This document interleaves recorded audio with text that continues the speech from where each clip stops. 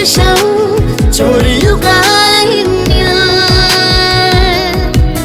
നിന്നാശിഷം ചൊരിയുക എന്നിൽ,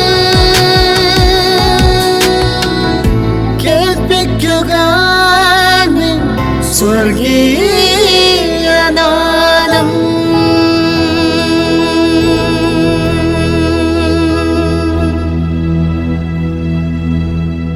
സ്വർഗീയനാദം ശ്രവിക്കുന്ന എല്ലാ മാന്യ സ്നേഹിതർക്കും ദൈവനാമത്തിലുള്ള സ്നേഹവന്ദനങ്ങൾ അറിയിക്കുന്നു.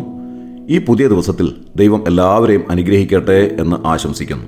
നമുക്കേവർക്കും അറിവുള്ളതായ ഒരു കാര്യമാണ് കാൽനട യാത്രക്കാർ വഴിയുടെ വലതുവശം ചേർന്ന് നടക്കണം എന്നുള്ളത്. ഇന്ത്യയിൽ വാഹനങ്ങൾ ഇടതുവശം ചേർന്ന് പോകുന്നത് കൊണ്ട് കാൽനട യാത്രക്കാർ സുരക്ഷിതരായി യാത്ര ചെയ്യണമെങ്കിൽ വലതുവശം ചേർന്ന് നടക്കണം. കാരണം എന്താണ്?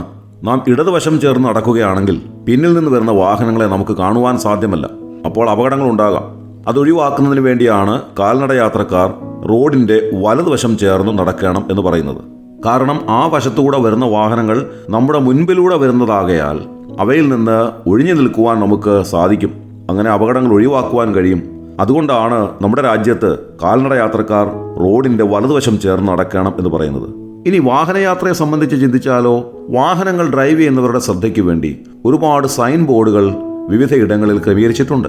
ആ സൈൻ ബോർഡുകൾ നമുക്ക് നൽകുന്നതായ സൂചനകൾ തീർച്ചയായും അപകടങ്ങൾ ഒഴിവാക്കുന്നതിന് വേണ്ടിയുള്ളതായ സൂചനകളാണ്. ആ സൂചനകൾ അനുസരിച്ച് നാം ഡ്രൈവ് ചെയ്യേണ്ടത് ആവശ്യമാണ്. ഒരുപക്ഷെ നാം മുൻപ് സഞ്ചരിച്ചിട്ടില്ലാത്തതായ ഒരു പാതയിലൂടെ നാം ഡ്രൈവ് ചെയ്ത് പോകുമ്പോൾ ആ വഴിയിലെ കേർവ്സ് എവിടൊക്കെയാണ്, ആ റോഡിലെ അപകടം പതിയിരിക്കുന്നതായ മറ്റു സ്ഥാനങ്ങൾ ഏതൊക്കെയാണ് എന്ന് നമുക്കറിവില്ല. അതുകൊണ്ട് സൈൻ ബോർഡുകൾ തീർച്ചയായും നാം ശ്രദ്ധിക്കേണ്ടതാണ്. എനിക്ക് രസകരമായി തോന്നിയ ഒരു sign board left is right എന്നുള്ളതാണ്. വളരെ രസകരമായിട്ട് തോന്നി. ഇടതാണ് വലത് എന്ന് ഒറ്റനോട്ടത്തിൽ തോന്നാമെങ്കിലും വാഹനം ഇടതുവശം ചേർന്ന് പോവുക അതാണ് ശരിയായ നിയമം എന്ന് സൂചിപ്പിക്കുന്നതായ ഒരു സൂചനയാണല്ലോ ലെഫ്റ്റ് ഈസ് റൈറ്റ്. അടുത്ത സമയത്ത് GPS-ൻ്റെ ഉപയോഗം വളരെയധികം വർദ്ധിച്ചിട്ടുണ്ട്. നമുക്ക് മുൻപരിചയമില്ലാത്ത ഒരു സ്ഥലത്ത് പോകണമെങ്കിൽ അവിടെ പോകുന്നതിനുള്ള പാത കാണിച്ചു തരുന്നതിന് GPS നമുക്ക് ഉപയോഗിക്കാം.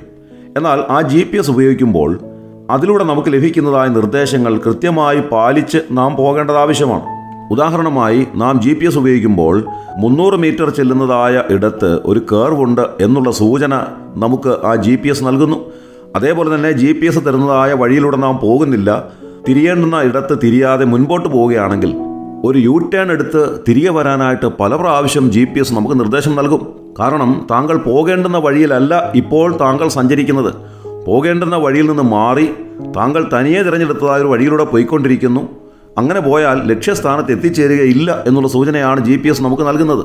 നമ്മുടെ ജീവിതയാത്രയും ഇതേപോലെ തന്നെയാണ്. നാം പോകേണ്ടുന്നതായ ഒരു പാതയുണ്ട്, നാം പോയിക്കൊണ്ടിരിക്കുന്നതായ ഒരു പാതയുണ്ട്. ഞാനിങ്ങനെ കേട്ടിട്ടുണ്ട്, ഒരിക്കൽ ഒരു കവലയിൽ നിന്ന് ഒരാൾ സുവിശേഷം പ്രസംഗിക്കുകയാണ്. സ്വർഗത്തിലേക്കുള്ള വഴി എന്നുള്ളതാണ് വിഷയം. അത് കേട്ടുകൊണ്ടിരുന്നതായ ഒരു ചെറുപ്പക്കാരൻ അദ്ദേഹത്തിൻ്റെ അടുത്ത് വന്ന് കളിയാക്കിക്കൊണ്ട് ചോദിച്ചു, സാർ, താങ്കൾ പ്രസംഗിക്കുന്നതെല്ലാം സ്വർഗത്തിലേക്കുള്ള വഴിയെ സംബന്ധിച്ചാണല്ലോ. എനിക്ക് പോകേണ്ടുന്നത് നരകത്തിലേക്കാണ്. നരകത്തിലേക്കുള്ള വഴി ഏതാണ് എന്നൊന്ന് പറഞ്ഞു തരുമോ? അദ്ദേഹം ഒട്ടും സംശയമില്ലാതെ ആ ചെറുപ്പക്കാരനോട് പറഞ്ഞു, പ്രിയ സഹോദര, താങ്കൾ ഇപ്പോൾ സഞ്ചരിച്ചുകൊണ്ടിരിക്കുന്ന ആ വഴിയുണ്ടല്ലോ, ആ വഴിയിൽ കൂടി തന്നെ അങ്ങ് പോയാൽ മതി. അത് നരകത്തിലേക്കുള്ള വഴിയാണ്. ദൈവം നമുക്ക് നൽകിയിരിക്കുന്നതായ ഈ ജീവിതത്തിൽ നാം പോകേണ്ടുന്നതായ പാതയുണ്ട്, നാം പോയിക്കൊണ്ടിരിക്കുന്നതായ പാതയുണ്ട്. കർത്താവായ യേശുക്രിസ്തു ഇങ്ങനെ തിരുവായി മൊഴിഞ്ഞു, ഞാൻ തന്നെ വഴിയും സത്യവും ജീവനുമാകുന്നു, എന്നിൽ കൂടെ അല്ലാതെ ആരും പിതാവിൻ്റെ അടുക്കൽ എത്തുന്നില്ല. വലിയവനായ ദൈവത്തിൻ്റെ അരികിൽ വരുവാനുള്ള ഏക വഴി കർത്താവായ യേശുക്രിസ്തു മാത്രമാണ്. മനുഷ്യരൊക്കെ പല വഴികളും ഒരുക്കി വെച്ചിട്ടുണ്ട്. അവരുടെ ബുദ്ധിയിൽ നിന്നോ അവരുടെ ഭാവനയിൽ നിന്നോ ഒരുക്കിയിട്ടുള്ളതായ വഴികളാണ് അതെല്ലാം. എന്നാൽ കർത്താവായ യേശുക്രിസ്തുവിലൂടെ ഉള്ളതായ വഴി വലിയവനായ ദൈവം തന്നെ മാനവരാശിക്ക് വേണ്ടി ഒരുക്കിയതായ അനുഗ്രഹത്തിൻ്റെ വഴിയാണ്.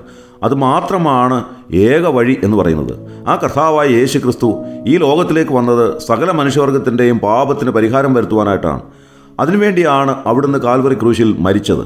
ഈ യേശുവിനെ വിശ്വാസത്താൽ ഉള്ളത്തിൽ ആര് സ്വീകരിക്കുന്നുവോ അവർക്ക് പോകേണ്ടുന്നതായ പാതയിൽ പോകുവാനും നിത്യമായ സ്വർഗരാജ്യത്തിൻ്റെ അവകാശിയായി തീരുവാനും സാധിക്കും. താങ്കൾ അങ്ങനെ ആഗ്രഹിക്കുന്നുവെങ്കിൽ എന്നോട് ചേർന്ന് ഇങ്ങനെ പ്രാർത്ഥിക്കുക, കർത്താവായ യേശുവേ, എനിക്ക് അങ്ങേ ആവശ്യമാണ്. അവിടുന്ന് എനിക്ക് വേണ്ടി മരിച്ചുവെന്ന് ഞാൻ വിശ്വസിക്കുന്നു.